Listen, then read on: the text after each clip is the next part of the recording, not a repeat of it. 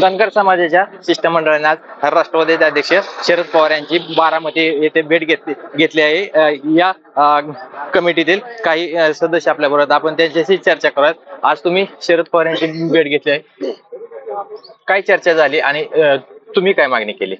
महाराष्ट्रातील धनगर समाजाच्या प्रमुख नेत्यांचं एक शिष्टमंडळ आज पवार साहेबांना भेटलं। यावेळी आम्ही पवार साहेबांसमोर मागणी ठेवली की महाविकास आघाडी असेल, इंडिया आघाडी असेल, याच्या वतीने किमान 2 जागा लोकसभेच्या धनगर समाजाला आपण महाविकास आघाडी म्हणून दिल्या पाहिजे, अशी आमची मागणी होती। त्या मागणीच्या अनुषंगाने पवार साहेबांनी सांगितलं की माझा निश्चितपणाने प्रयत्न आहे की इंडिया आघाडी असेल, याच्यामध्ये मी चर्चा करतो आहे।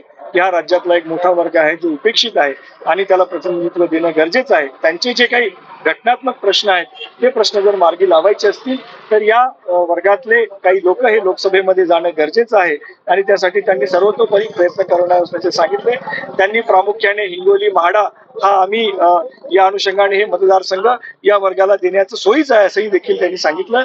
आणि हे मतदारसंघ देताना एखाद्या वेळी आम्हाला त्या अनुषंगाने काय एखाद्याला घटक पक्षाला मागे येण्याची जरी भूमिका घ्यावी लागली तर तशाही प्रकारची आम्ही भूमिका घेऊ, अशा प्रकारे स्पष्ट मत या शिष्टमंडळासमोर आदरणीय पवार साहेबांनी व्यक्त केलं आहे।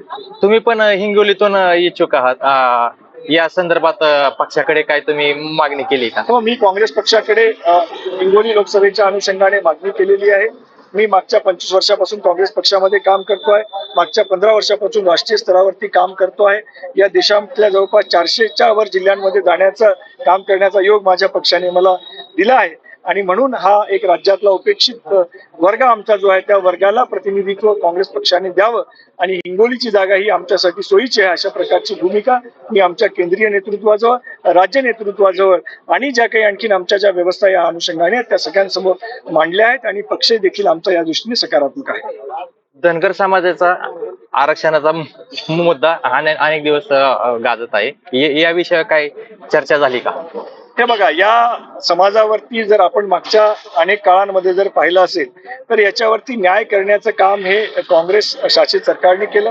मग त्यांना जे व्हीजेएनटीचं जे आरक्षण आहे ते आरक्षण जे देण्यात आलं तेव्हा माननीय शरद पवार साहेब राज्याचे मुख्यमंत्री होते, तेव्हापासून 3.5% आरक्षण हे व्हीजेएनटी मध्ये या वर्गाला मिळते आहे आणि तेव्हापासून कुठं ना कुठेतरी या समाजाचा एखादा तरुण जो आहे तो डॉक्टर झाला, इंजिनियर झाला, कुठं सरकारी नोकरीमध्ये आला, तो डेप्टी कलेक्टर झाला किंवा बीडीओ झाला, ठाणेदार झाला आणि तो शैक्षणिक क्षेत्रामध्ये कुठं ना कुठेतरी या अनुषंगाने प्रगतीवर। हा जो एसटीचा प्रश्न आहे, या एसटीच्या प्रश्नाच्या अनुषंगाने आपण पाहत असाल की सातत्याने याच जे पक्षाचे जे नेते होते त्यांनी लोकसभेमध्ये हा प्रश्न मांडण्याची भूमिका घेतली, त्याचबरोबर राज्याच्या विधानसभेमध्ये मांडण्याची भूमिका घेतली आहे। त्याही दृष्टीने आज आमची चर्चा या ठिकाणी झाली आणि म्हणून पवार साहेबांनी देखील अशी भावना व्यक्त केली की या वर्गाला खऱ्या अर्थाने जर आणखीन या एसटीच्या आरक्षणाचा जर मुद्दा सोडवायचा असेल तर याही वर्गाचा कोणी ना कोणीतरी प्रतिनिधी लोकसभेमध्ये गेला पाहिजे, त्याच्याशिवाय हा प्रश्न खऱ्या अर्थाने मार्गी लागणार नाही, अशा प्रकारची भावना त्यांनी व्यक्त केली। आणि निश्चितपणाने मला वाटतं की इंडिया आघाडीमध्ये आपण पाहतो की आदरणीय राहुल गांधी असतील किंवा हे सगळे जे नेते आहेत ते हे आरक्षण म्हणजे जे आरक्षणाला सकारात्मक त्यांची भूमिका आहे आणि दुसऱ्या जे बाजूला लोक आहेत ते आरक्षण विरोधी आहेत।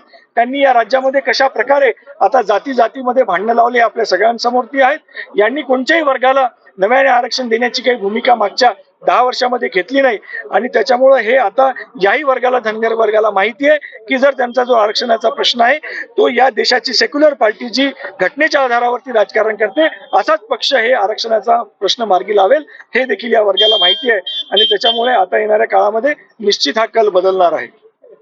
निश्चितच या ठिकाणी आज धनगर समाजाच्या शिष्टमंडळाने भेट घेऊन येणाऱ्या खासदारकीमध्ये जागा मिळाव्यात अशी मागणी केलेली आहे। मात्र येणाऱ्या काळात या समाजाला प्रतिनिधित्व करण्याची संधी मिळते का हे पाहणे औचित्याचे ठरणार आहे। मंगेश कचरे, साम टीव्ही न्यूज, बारामती।